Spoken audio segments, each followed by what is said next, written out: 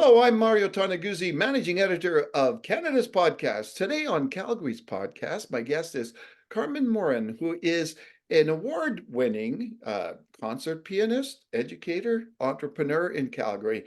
And thanks for joining us today, Carmen. Thanks so much for having me, Mario. Great to be here. All right, let me just start by asking you just a little bit, explain what you do, Carmen. So my background is as a born and raised Calgarian, very proud to be one. I grew up in Canada's and Calgary's classical music community. So my training is as a classical pianist. And then that led me to, of course, become an educator in that same field. So I taught with the University Conservatory, and then in 2013 branched off into my own brick and mortar commercial private music school.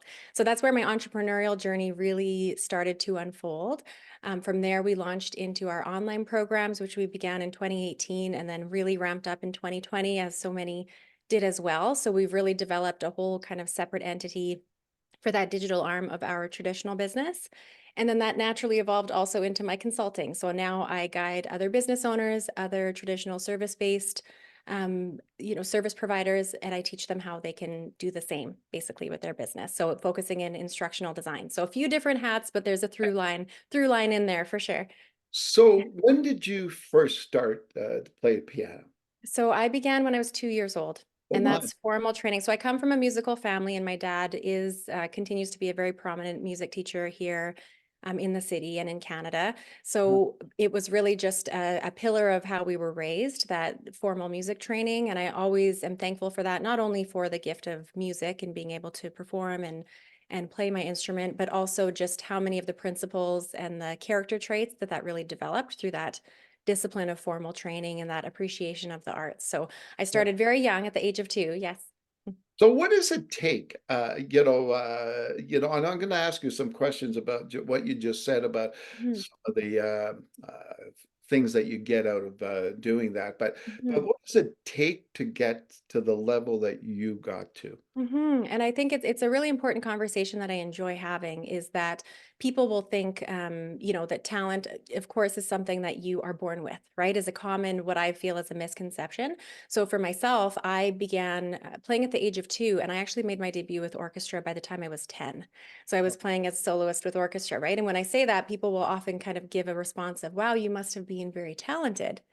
But when you look at actually the background of even our family, I did that for the first time when I was 10. One of my brothers did that for the first time when he was only 7 years old. Wow. And another brother did it when he was 11, right? So there are kind of some common threads where we like to see talent, and it can kind of create a disconnect that must be something that someone is born with or without. But the fact is, we were actually really training in an intentional informal way. So in order to get these results, for ourselves, and also what we do now for our students who have had similar outcomes in our music school, it's really about that process of actively growing your skills.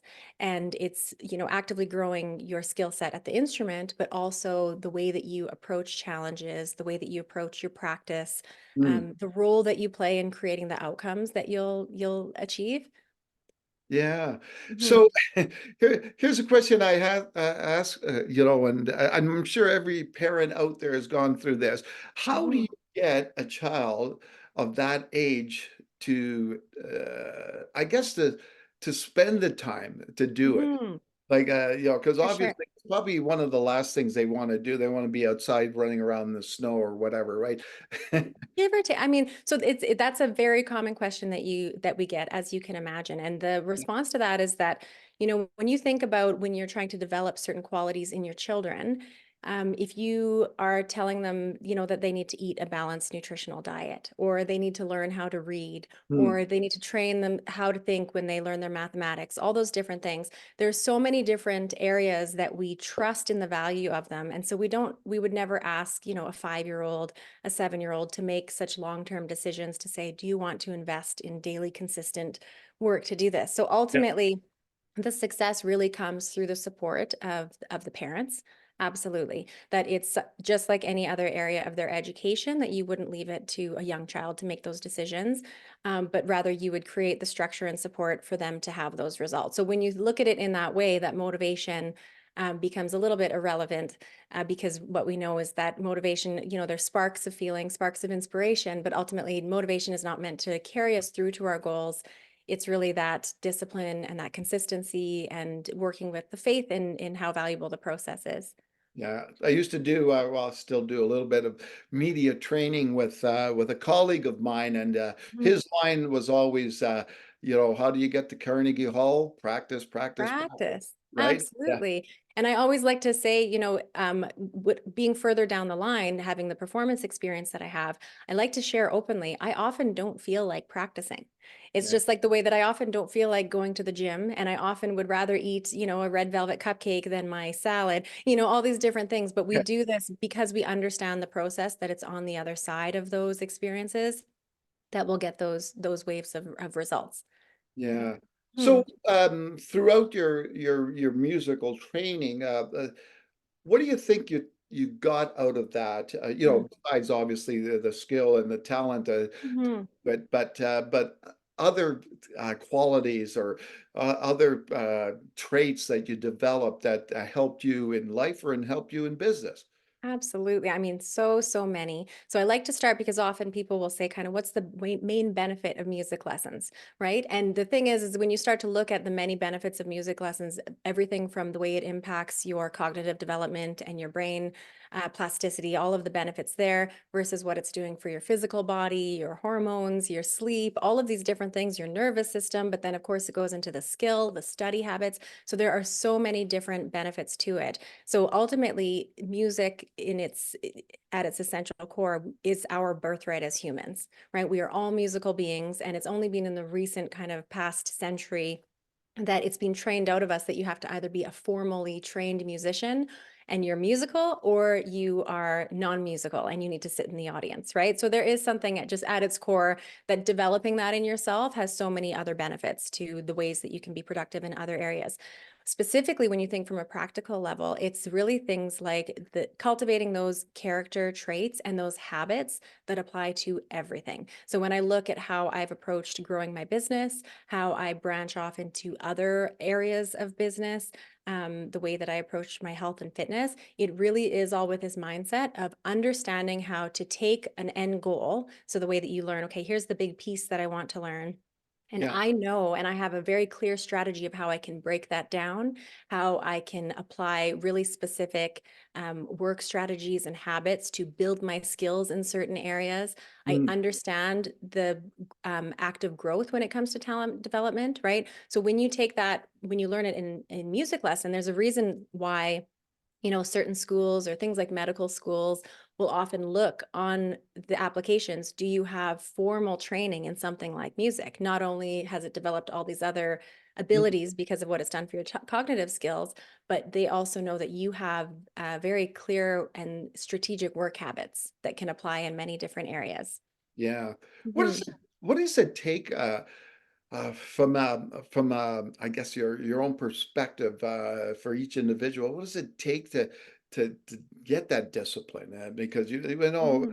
in everything, whether it's being a pianist, whether it's being an athlete, Mhm. I have that discipline, right? Yes. Yeah. Like, how do you Yeah. get that? Like, So I always, again, having that environment nurtures that growth, right? So when you are in a home that values hard work, consistency, values just that, there's a faith in what you're capable of, right? yeah, So we like to think of like the mother tongue method in education, where if you're in a home that speaks French, your family will never question, will you also learn to speak French? Or maybe you'll learn to speak a different language, right? There's this faith that you are capable and you can achieve these things, right? So being in that type of environment is key. From there, I find it's really understanding the process of growth, that it's not just a matter of sitting down and doing something for 30 minutes every day. The mm, truth is about practice is that all practice is not created equal, and certain types of practice can actually make you worse. at Mm, what you're doing, right? So if you sit down and you do 30 minutes every day of poor habits and thinking negatively and not having a clear path to how you're going to improve at the end of that 30 minutes, you will yeah, actually end up worse at the end of that practice session than you were when you first sat down, right? So it does go into really harnessing not only the drive that we have to improve ourselves, but then part of that teaching is being able to explain that clear path of here's what we're working on, here's how you can improve it, and here are strategies. And then it becomes a skill just like anything else. Learning how to practice is a whole other skill that you yeah. develop. Hmm. So how long ago did you take, your skills in music and turn them into a business? Hmm. How long ago was So that journey? So I opened my commercial school in 2013. So we just had our 10-year anniversary Yeah. this past November. So that was kind of, to be honest, always in my plans. If I have to look back, I have an interview from when I was 8 years old and I was on my way to the national finals, and I was on. Gord Gillies was interviewing Oh, me, yeah, actually. Yeah, so at a Good Morning Calgary or Bright. Anyways, yeah, and it's me at 8 years old saying, what do you want to be when you grow up? I want to be a piano teacher. And huh, then behind the scenes, I also had all these kind of business cards of, I named it Carmen's Clef, and it was my music school. So it kind of was always there that that was the plan. So I began teaching at the university, but I think in the back of my mind, I always knew that I had the entrepreneurial drive, and that was in the goals, and so it was the right time. So I branched off into that into 2013, and then we actually expanded our brick and mortar space to another bay in that complex in 2019, which was about 4 months before the world shut down, of course, mm, for for the pandemic, right? So that yeah, was learning a lot, but through the yeah, entrepreneurial journey, yeah, but ended up being quite a blessing, quite a yeah. blessing. Mhm. So if you don't mind me asking, how old were you when you first started this? Oh, how old would I have been in 2013? I would have been 29. 29. Yes. So as a young entrepreneur, Hmm. what would you say your biggest challenge was in starting this? Um, oh, I think, it's it's it's funny that when you say that, because when you're a young entrepreneur, you don't really fully know what you're getting yourself into. That's true. So it's funny when I look back, I was like, I'll be fine. I've got this, no problem, right? Yeah, And then of course, it's not until you get into the process of, investing. I was self-funded. I'm the sole owner. I didn't have a business partner. I didn't have any formal business training. I do come from a family of entrepreneurs, so I think there is that element of, again, I have that work ethic that I went in and wore all the hats. I was doing the admin, I was doing the cleaning, I was doing the, discussing with the developers about the build out. Like it was very yeah, much a solo journey.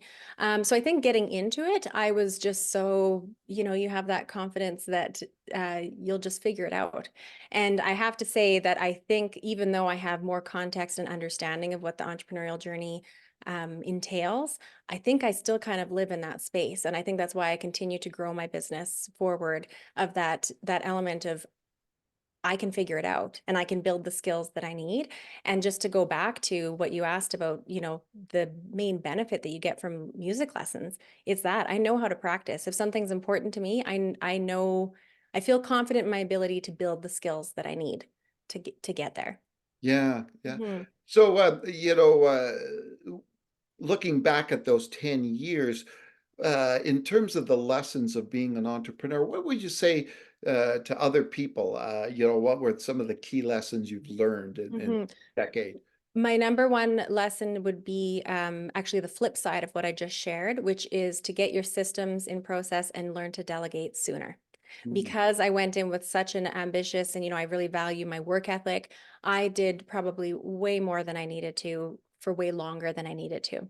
Right. So, hiring things out as soon as you can, right? Where I kind of figured I would do many more things than I needed to on my own.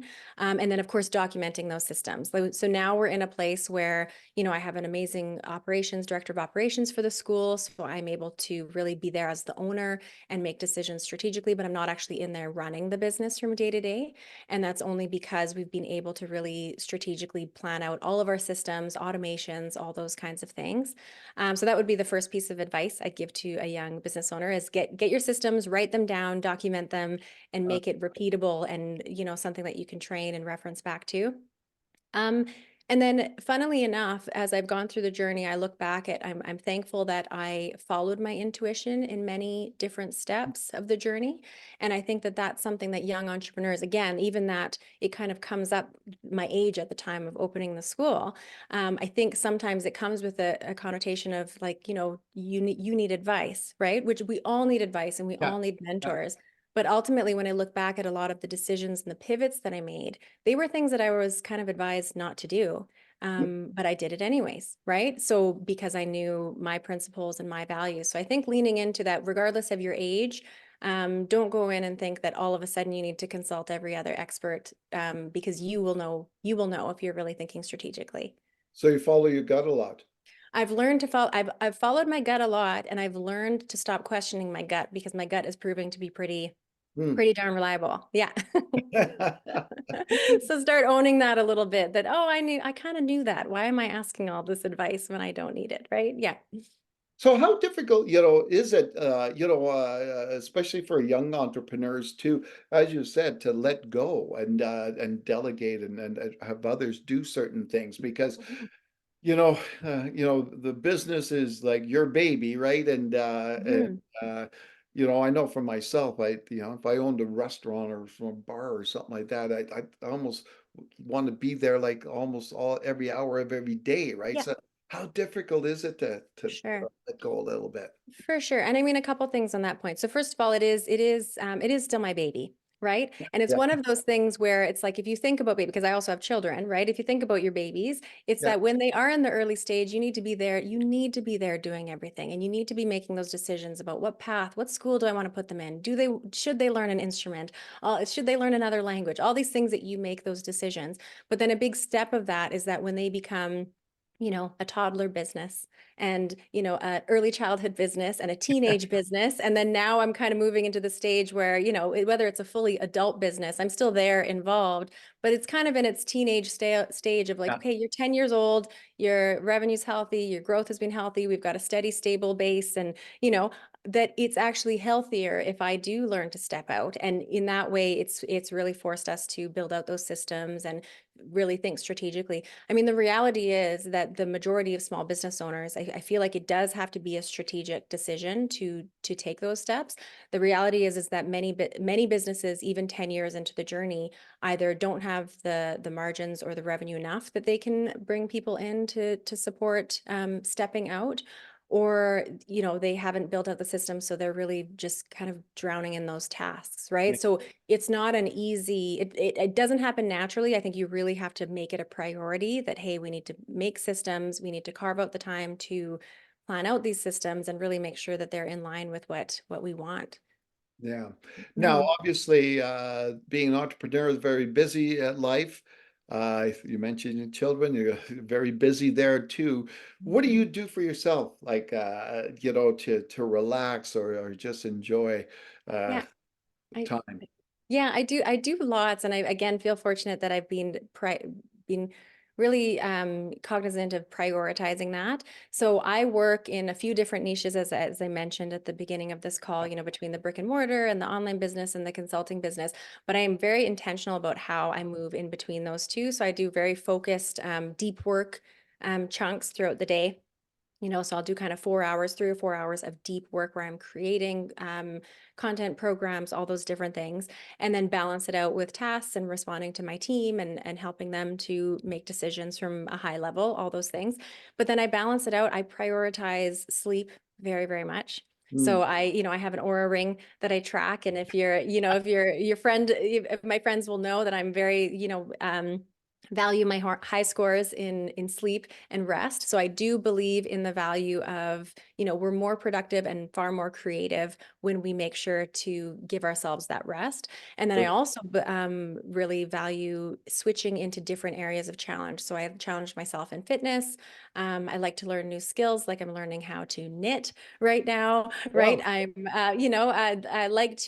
read quite a bit, and then spend time with my partner, my family. So I do feel like it's taken a while to get there, but I see how much more productive I am when I pour those things back in. Maybe talk a little bit about this, but that work-life balance, I hate to use that because Hmm. a cliche-ish term, but Yeah, it's really important, isn't it? That like how many entrepreneurs do you see out there that burn themselves out because that's 100%. all they do is Yeah. 24/7 their business, right? So you got to find Mhm. that balance, don't you? 100%. And it's interesting because when that term comes out of balance, I always seem to, I mean, just from my training, I think of it from a musical standpoint. So in music, the word balance is, when you're hearing a big group of people, an orchestra performing, or if I'm playing on the piano, and there are many different things that you can be hearing. For me to balance that is that I can really control what's coming out as the forefront and the melody, what's in the supporting supporting role, right? So that balance is not about finding equal symmetry, that I do the exact same amount of time in my personal life as I do in my work life. It's really about, moving through those cycles. So when I started my brick and mortar business, yeah, that did come out as the forefront of I was going all in on my time. But now that I've been able to grow that business, I'm still owner of that business and it's running successfully and I'm still strategically growing it, but it doesn't take that same amount of my time, right? Because I've built it. So then therefore something else can come into the forefront. So I think it's a matter of recognizing that it's a something that will have flow to it, and that it's not about keeping things in symmetry. It's about managing that energy and managing your priorities, with what your objectives are at the time. Okay. So I imagine, with all the music lessons that you do you still take time, find time just to play? Absolutely. Absolutely. And you know what? It's funny because when I don't find the time enough, I feel it. I feel it in like Good. it's like you're in your body because it like even sitting here at a computer is very different than the movement that you feel at the piano. In your nervous system, I notice it in my sleep if I'm not playing, right? So absolutely. It's something that of course it's ebbed and flowed. When I first opened my school, I always find it amazing. Like I went over a year without playing the piano at all because I was just so busy, right? So I would play and demonstrate in lessons, but like for my own playing, it is something that just, it's the reality of it. There wasn't time. But similar to what we talked about before, that I can see that I'm more productive. I come up with more ideas. I come up with more solutions if I take time to pursue that art. Okay. Now Yeah. I know obviously that you certain genre of music, but did you ever just want to just kick back and just play some like Crocodile Rock or some Jerry Lee Lewis?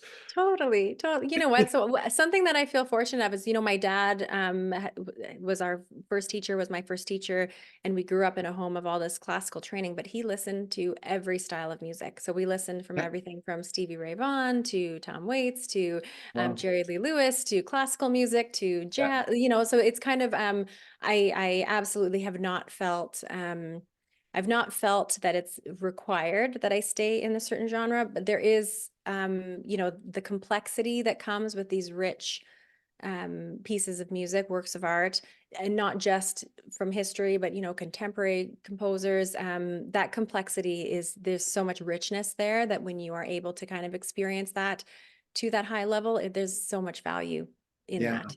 Yeah, that I enjoy.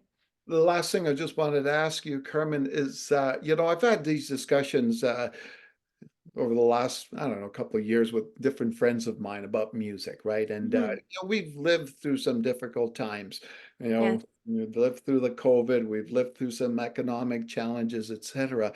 But one constant that the friends of mine have always talked about is music and how absolutely. music is good for the soul. Absolutely. Absolutely. I mean, the fact that you have it, it's at the root of just us being human. And there's so many different ways that you can say it. And it kind of feels like, oh, is it sounding cliche? But truly, there is not a single society in all of history, in all of culture, and pardon me, of all of history, every culture has had music at its core. And I think it's one of those things that becomes so rooted in who we are that we can take it for granted from time to time, right? But if you move through the world just observing how much music impacts everything, it's really hard to deny. I think, in today's age, it can be tempting. We have to, find the logical reason, the practical reason why music is valuable, right? And there is a long list of those. Everything from, what it does to your body and your mind to also the skills that, I mean, as we move forward in this, AI revolution, where so many Mm. roles that were previously valued as the practical roles you can see how much they'll be absorbed in by technology, right? And ultimately those aspects of us being human, the art form, the creative thinking, the thinking in many different perspectives, that is going to become more and more of a premium, right? So I think that's coming kind of full circle to what we've already known, right? All right, wonderful. Well, Mhm. thanks so much, Carmen, for joining us today. My pleasure. Thanks so much for having me. All right, that was Carmen Morin, who is an award-winning concert pianist, educator, and entrepreneur in Calgary. I'm Mario Tonaguzzi, managing editor of Canada's podcast, today with Calgary's podcast. Thanks for joining us.